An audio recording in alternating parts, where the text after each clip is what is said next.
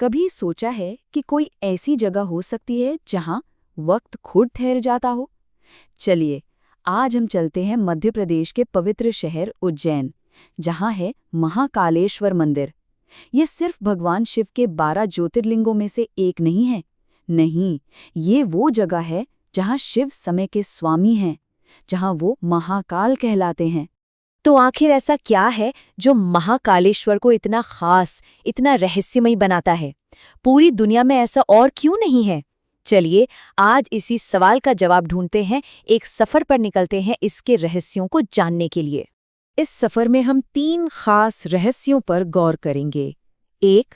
ये इकलौता दक्षिणमुखी यानी साउथ फेसिंग ज्योतिर्लिंग क्यों है?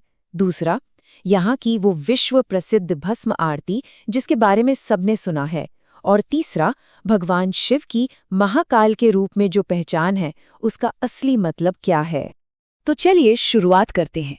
सबसे पहले यही समझते हैं कि भगवान शिव को यहाँ महाकाल क्यों कहा गया। तो बात शुरू होती है बहुत बहुत पहले की, प्राचीन शहर अवंतिका की, जिसे आज हम सब उज्जैन के नाम से जानते हैं। सोचिए, उस शहर में दूषण नाम का एक बड़ा ही भयानक राक्षस था। उसका आतंक ऐसा था कि लोग खौफ में जी रहे थे। कोई भी पूजा पाठ, कोई भी धार्मिक काम शांति से नहीं हो पाता था। अब जब जुल्म हद से बढ़ गया तो तंग आकर अवंतिका के सारे भक्तों ने मिलकर भगवान शिव से गुहार लगाई, एक आखिरी उम्मीद के साथ उनकी प्रार्थना की। और फिर उनकी प्रार्थना सुनी गई। कहते हैं कि धरती खुद फट गई और उसमें से भगवान शिव अपने सबसे रौद्र, सबसे शक्तिशाली रूप में प्रकट हुए, महाकाल के रूप में। बस एक हुंकार और उस राक्षस दूषण का अंत हो गया। सब हैरान थे।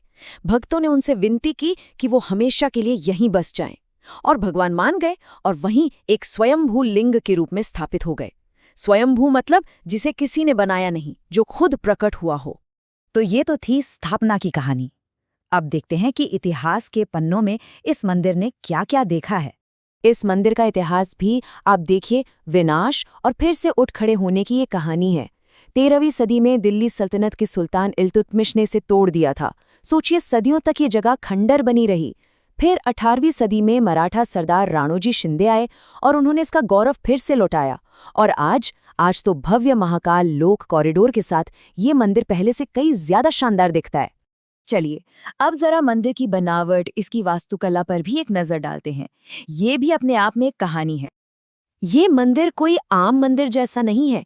इसकी बनावट 5 मंजिला है। सबसे नीचे जमीन के अंदर है इसका गर्भगृह, जहां मुख्य महाकाल ज्योतिर्लिंग विराजमान है।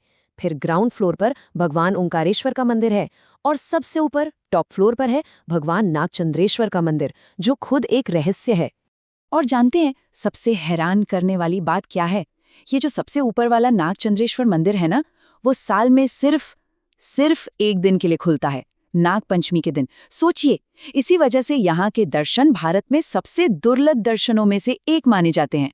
और अब बात करते हैं महाकाल लोक कॉरिडोर की। ये हाल ही में बना है और सच कहूं तो आज के जमाने का एक अजूबा है। 900 मीटर से भी ज्यादा लंबा। इसमें 108 खूबसूरत खंबे हैं और करीब 200 मूर्तियां और पेंटिंग्स हैं जो भगवान शिव की कहानियों को दिखाती हैं। मतलब वहां से गुजरना ही अपने आप में एक दिव्य अनुभव है। तो ये तो हुई बनावट की बात। अब आते हैं मंदिर के उन अनोखे रीति रिवाजों और रहस्यों पर जो इसकी असली पहचान है। महाकालेश्वर की आत्मा बसती है इसकी सबसे प्रसिद्ध रस्म में भस्म आरती। हर रोज सुबह सूरज निकलने से भी पहले ज्योतिर्लिंग का अभिषेक पवित्र भस्म से किया जाता है। ये एक ऐसा नजारा है जिसे शब्दों में बयां करना मुश्किल है। बहुत ही शक्तिशाली और यादगार। लेकिन ये सिर्फ एक पूजा या रस्म नहीं है। इसके पीछे एक बहुत गहरा मतलब छिपा है। ये भस्म, ये हमें याद दिलाती है जीवन और मृत्यु के चक्र की।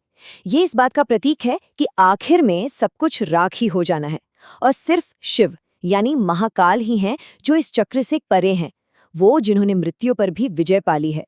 और रहस्य अभी बाकी हैं। क्या आप जानते हैं कि हर दिन पुजारी चंदन और दूसरी चीजों से शिवलिंग पर अलग अलग बड़े ही सुंदर चेहरे बनाते हैं। इन्हें झांकी कहते हैं, और हाँ, मंदिर का दक्षिणमुखी होना ये कोई मामूली बात नहीं है। तांत्रिक परंपराओं में इसे बहुत शक्तिशाली माना जाता है, एक ऐसा ऊर्जा केंद्र जो मृत्यु और बदलाव से जुड़ा है। यहाँ तक कि पूरा उज्जैन शहर ही महाकाल का इलाका माना जाता है, जहाँ महादेव के 84 मंदिर हैं। तो आखिर में ये सारी बातें हमें गहरे सवाल पर लाकर छोड़ देती हैं।